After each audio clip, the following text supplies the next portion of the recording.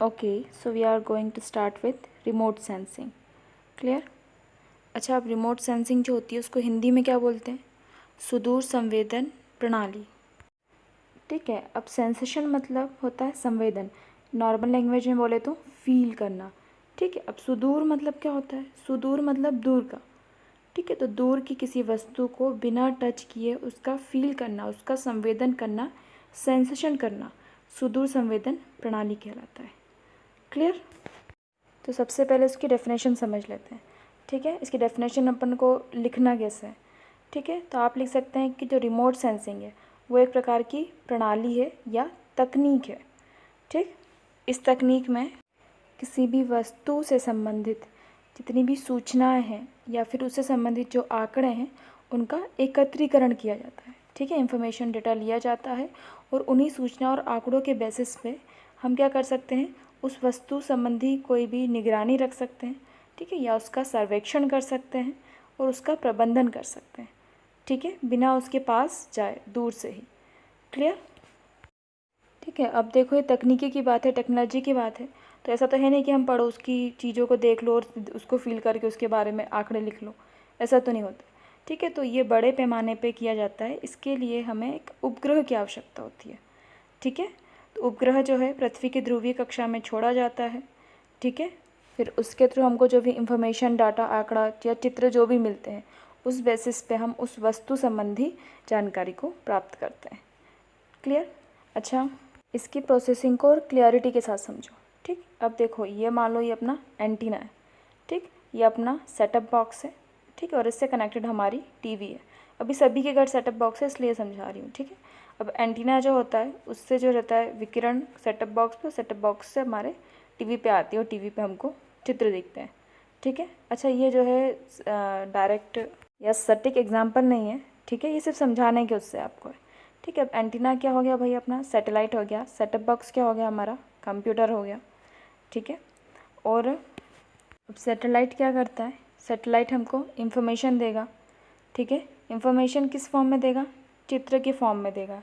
ठीक है, फिर कंप्यूटर क्या करेगा? उस बेसिस पे, उन आंकड़ों के बेसिस पे डाटा निकालेगा कि भाई उससे संबंधित ये डाटा है और इस बेसिस पे उस वस्तु का सर्वेक्षण किया जाता है। क्लियर? या वस्तु से संबंधित जानकारी, उसकी स्थिति, उसका प्रकार, ठीक है, और निगरानी वगैरह जितना जो भी हमको चाहिए हम उससे ले सकते हैं। ठीक, अब रिमोट सेंसिंग को समझने से पहले हमको थोड़ा सा बेसिक क्लियर होना चाहिए। ठीक है, बेसिक इन्फॉर्मेशन जो होती है वो होना चाहिए। जैसे देखो ये है हमारा सूरज। ठीक, प्रोसेसिंग क्या होती है वो चीज़ को समझो। ठीक है, सूरज हो गया, ये हमारी अर्थ हो गई। ठीक है, अर्थ पे जितनी भी चीज़ें हमको दिख रही हैं, कलर्स जितने दिख रहे हैं हमको पता है ये प्रकाश के कारण हो रहा है ये सब। ठीक है, सूर्य से जो प्रकाश आता है, उससे जो विकिरण आती है, ठीक है, उसके कारण हमको दिख रहा है। अब मान लीजिए ये इसका कलर है ब्लू। मान लीजिए पृथ्वी पर पानी है, उसका कलर हमको ब्लू दिख रहा है, समुद्र का। क्लियर? अब ये ब्लू क्यों दिख रहा है भाई? होता क्या है, सूर्य से किरण आई।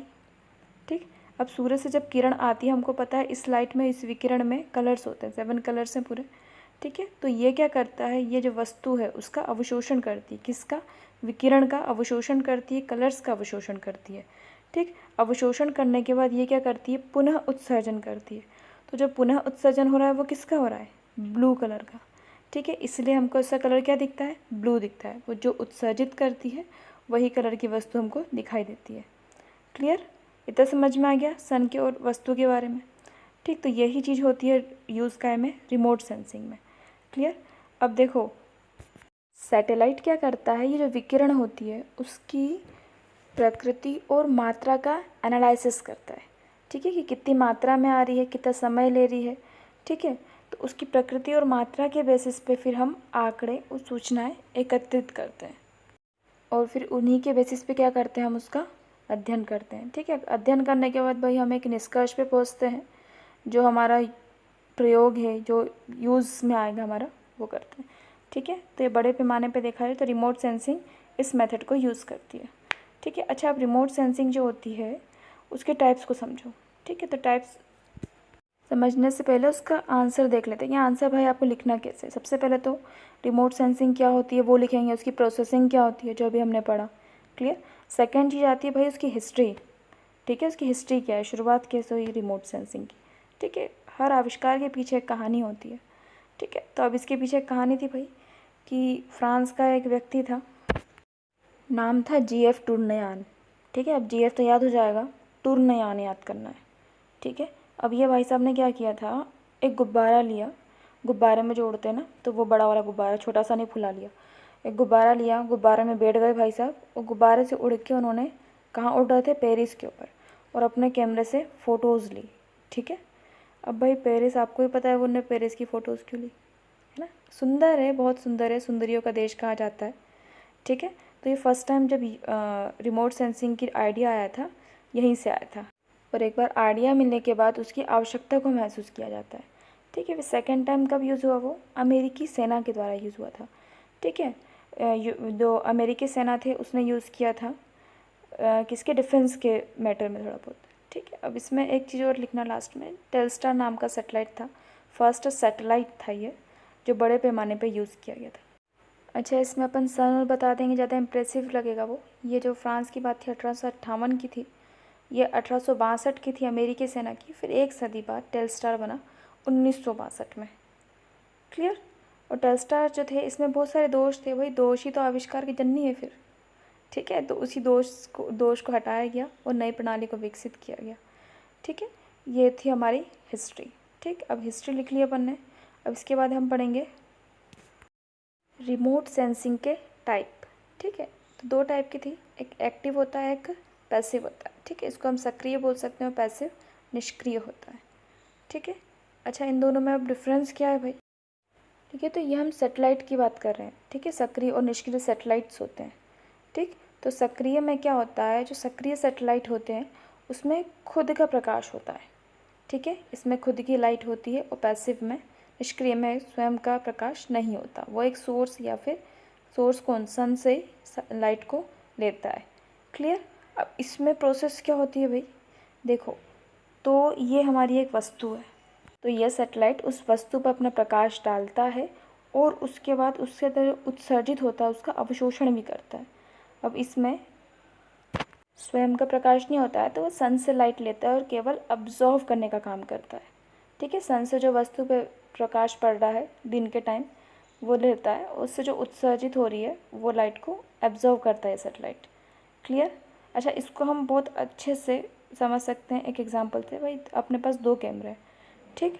अब दो कैमरे हैं, एक में अपन ने फ्लैश लाइट ऑन करके फ़ोटो लेने वाले हैं और दूसरे को ऑफ़ करके, ठीक, ठीक है। तो मान लो आपको फ़ोटो लेना है, नाइट का टाइम है, ठीक है। तो आप क्या कैमरे को से ऐसे फ़ोटो ले लोगे क्या, तो आप दिखोगे ही नहीं, क्योंकि नाइट में लाइट की ज़रूरत है हमको।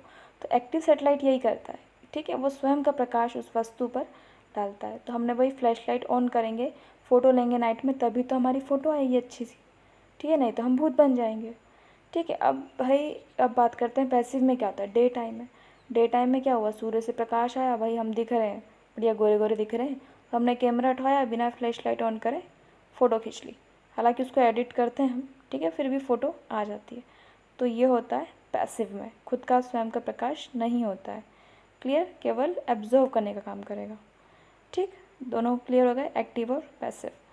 अच्छा, इसमें एक और चीज़ आ जाए, याद रखना कि जो उपग्रह होता है ना, दो चीज़ यूज़ होती है। तो जो उपग्रह होता है उसका काम क्या होता है, चित्र निकालना, वो फ़ोटो क्लिक करता है, ठीक है। और उस चित्र के बेसिस पे जो हमारा कंप्यूटर होता है वो आंकड़े या सूचना या डाटा, इंफॉर्मेशन उससे संबंधित जितनी है वो निकालता है, ठीक। और उसी बेसिस पे हम निष्कर्ष या उसका अध्ययन करते हैं, ठीक, उस वस्तु से संबंधित, क्लियर। अब हम लास्ट पढ़ेंगे रिमोट सेंसिंग के उपयोग, क्लियर। देखो, तो ये आप पे डिपेंड करेगा कि आंसर आपको लिखना कैसा है, लॉन्ग लिखना है या शॉर्ट लिखना है, ठीक है। अगर शॉर्ट लिखना है तो फिर उसको सब डिवाइड कर देना किसी एक हेडिंग को, और अगर लॉन्ग लिखना है तो उसकी सब डिवीज़न को एक हेडिंग बना देना, ठीक है। जैसे अपना फर्स्ट उपयोग आ जाएगा भाई प्राकृतिक संसाधन में, ठीक है। प्राकृतिक संसाधन है, शॉर्ट में लिखना है तो कैसे लिखोगे आप, इसकी सब हेडिंग्स, जैसे इसमें आ जाएगा प्राकृतिक संसाधन में कृषि आ जाएगा हमारा, ठीक है, भूमि आ जाएगा, फिर वन आ जाएगा और खनिज आ जाएंगे, ठीक, ये हो जाएगा। तो इसको सब डिवाइड कर दिया, लॉन्ग लिखना है तो इसको बड़े में लिख देना, अलग अलग हेडिंग, कृषि हेडिंग डाल देना। तो रिमोट सेंसिंग के थ्रू हम किसी कृषि का क्षेत्र, उसकी प्रकृति, उसकी मृदा या फिर उसके प्रकार को इससे डिटरमाइन कर सकते हैं। ठीक है, भूमि का किया जाता है कि भाई भूमि किस टाइप की है, बंजर है, प्रकार वगैरह जो भी है। ठीक है, वन की बात करें तो वही कि उसमें सघनता कितनी है।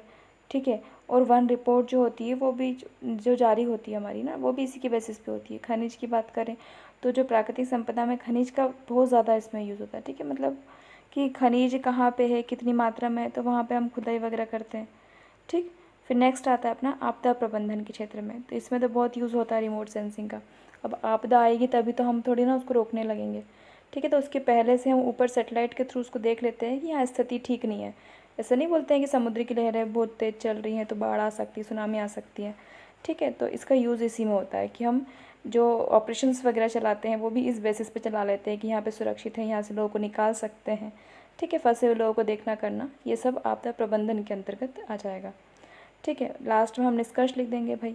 हम निष्कर्ष में क्या लिखेंगे, सबसे पहले तो इसका यूज़ कि हाँ भाई रिमोट सेंसिंग जो होती है वो आज बहुमुखी क्षेत्रों में यूज़ किया जा रहा है, पर उसका इनफ यूज़ फिर भी नहीं होता है। ठीक है, भारत के संदर्भ में लिख देंगे भाई कि भारत जो होता है वो प्रत्यक्ष अप्रत्यक्ष रूप से जो इसकी जो योजनाएं बन रही है, ठीक है, वो सब रिमोट सेंसिंग के बेसिस पे बन रही है। उन आंकड़ों के बेसिस पे हम योजनाएं बनाते हैं। ठीक है, और उन्हीं योजनाओं को मतलब सफल योजनाएं सटीक आंकड़ों के बेसिस पे बनाई जाती है। हालांकि उसकी इम्प्लीमेंटेशन क्या होता है वो आगे की बात है। ठीक है, अब नेक्स्ट वीडियो में हम क्या पढ़ेंगे, 2 सेशन इसको डिवाइड कर देते हैं तो बड़ी हो जाएगी। भारत के संदर्भ में पढ़ेंगे, भारत में जो सैटेलाइट्स वगैरह हैं, ठीक है, वो सैटेलाइट्स कौन कौन से हैं, कौन सा सैटेलाइट क्या करता है, इसके बारे में पढ़ेंगे। ठीक है, तो रिमोट सेंसिंग एक प्रोसेस होती है, उसमें भौगोलिक सूचना तंत्र का यूज़ होता है। IRS ये सुना होगा आपने, है ना, IRS-1, IRS-2, Indian remote sensing satellite. ठीक है, तो इसका यूज़ हम नेक्स्ट वीडियो में देखेंगे। Thank you.